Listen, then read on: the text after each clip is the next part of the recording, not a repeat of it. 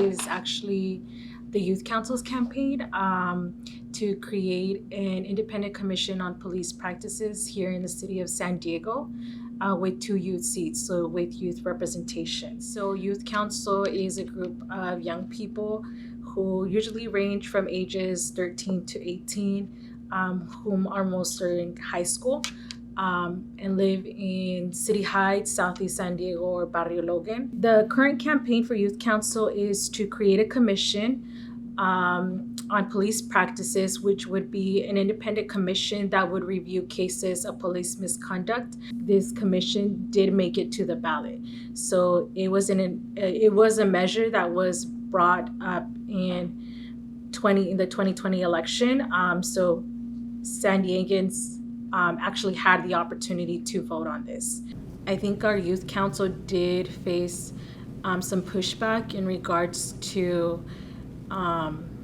their age, in regards to their perspective of like accountability and transparency on police officers. The important piece of it is really to have like intentional conversations about what is a commission and how would this commission really address transparency that we need in our communities. I think that sometimes in our communities we experience a lot of trauma and at times violence, and we're left with only thinking about safety in regard of like having police presence. So I think our youth council did really change and really challenge that narrative. At the moment, the commission is currently under meet and confer.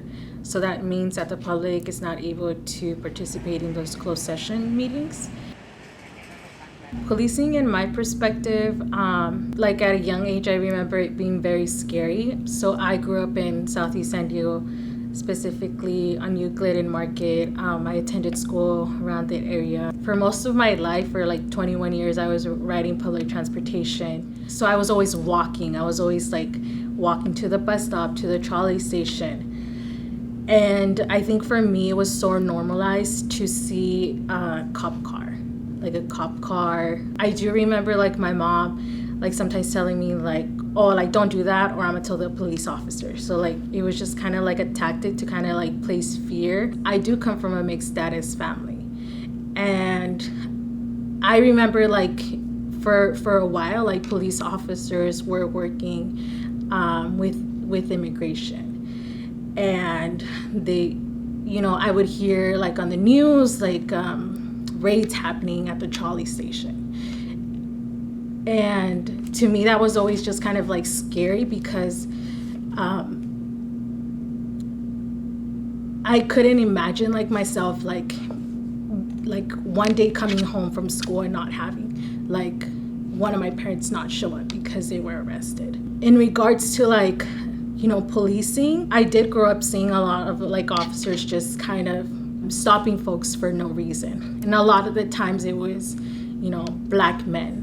The police being used as a tactic by other like community members was also traumatizing. But sometimes people were just being nasty, like I'm gonna call the police, knowing the fact like maybe this person already has a record, knowing that this person maybe doesn't have the status, or CWS, like Child Welfare Services, was very feared in like our community. Bringing in police did not sit well with anyone because there was not just a danger of like arrest, but there was a danger of like removal, separation. So like going back to like immigration, going back to Child Welfare Services. So I feel like a lot of like the community advocacy that I support with organizing kind of takes back that power to our communities.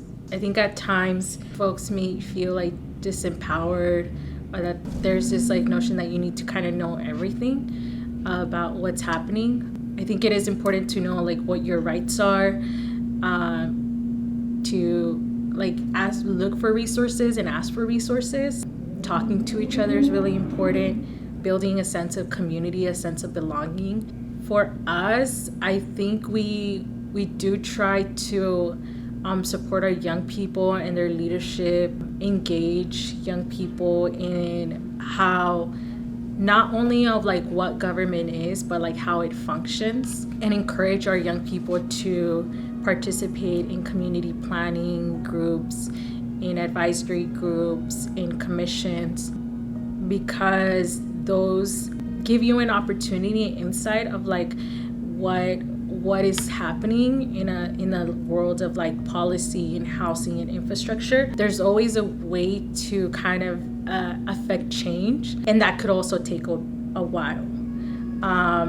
So I think that's why it's important to really hold people accountable, hold elected officials accountable, call your representatives. Like, they're there to talk to you. Like, that is their priority, to be there for you, for their constituents, the people that live in their communities. They have a responsibility to work for you.